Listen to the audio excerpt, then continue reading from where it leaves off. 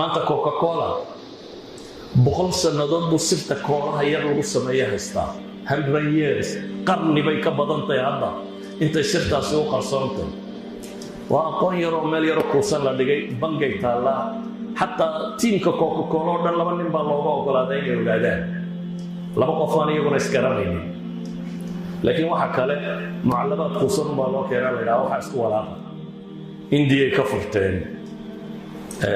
shirkad laga furay Coca-Cola leedahay dabeetana muddo markay shaqeynayso lacag aad u badan ay samaysay bay dowladda India sharci soo saartay waxa la leeyahay wixii warshad dunida waddanka gudihiisa ku yaala 60% waa inay yeelashaan dad Indiyaan dabeetana waxa lagu qasbay Coca-Cola inay sirta sheegto waxay ka door biday India oo dhan tijaaradeedii warshadeedii ku taalay inay xidho ayay ka door biday inay sheegto sirteeda dabeetana waa la xidhay warshadeeda si aanay u suurtoobin in sirtaas ka baxdo idan aqoomaha caynka ku saabsani iyada la isma baro waddan waliba wuxuu u xaydan yahay inuu wixiisa soo saari karo aqoomaha hubka ka mid ah maanta dunida hubba la isku gumaystaa maanta haddaad adigu dunida tijaabsan nuclear inaad samayn karto waa lagu tumaya laguma ogola hubabka adag laguma ogola ma aha bini aadan baa la ilaalinayaa waa rag bay koobto u tahay xataa teeda silmiga ah إذا كوتوت إذا ما حنا أقولي واطع وأنا قمت السيادة كنتا وقمت كنتا هو مركز الشيء وضم وليبنا مثلا ده يوم ما أنت تقولي ده تشابني هنا الإسماء مثلا تركيا ما أنت كمله الدولة دي روس كده يسين الحقوق وده صدق بقول أكون علماء ده كمله بي مال جلس لو بطلق علي إن أقوامها كم بارتان كود السماية هذا واحد مريني 60% هو كوضم كو استعماله inuu sameeyo bal taangiyada ugu adag inay dunida soo saaraan qaar ka mid ah taangigu waa madfac madaafiicda ka mid ah laakiin waa madfac la qabo madfac ordaya inuu noqdo madaafiicda meel baa la dhigaa laakiin madfac ordaya khatar wuxuu yahay in la qarxiyo waa inaad samaysaa qolof aanay xabadi karin tiknikada inaad samayn karto bir aan birta kale mudi karin ayaa dunida isku gumaysanaysaa intaas oo qarsada hadday tay shirkadka dhaqaalaha dunida waaweyn jira Mercedes maxaa Mercedes ka dhigay waxay dunida Mercedes wada sameeyay sirba qarsoon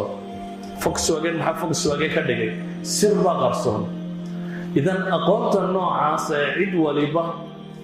knowledge ka lacagta sida moodaysan uma fududa waagii hore tobanka shirkadooda dunida ugu waaweyn waxay ahaan jireen lix ka mid ah petrol ahaan jireen shirkadka petrol dhowr kalena gawaadhida ay ahaan jireen masli tobanka shirkadooda dunida ugu weyn waxay ahaan jireen maxay qolada petrolka iyo qolada shidaalka iyo qolada gawaadhida hadda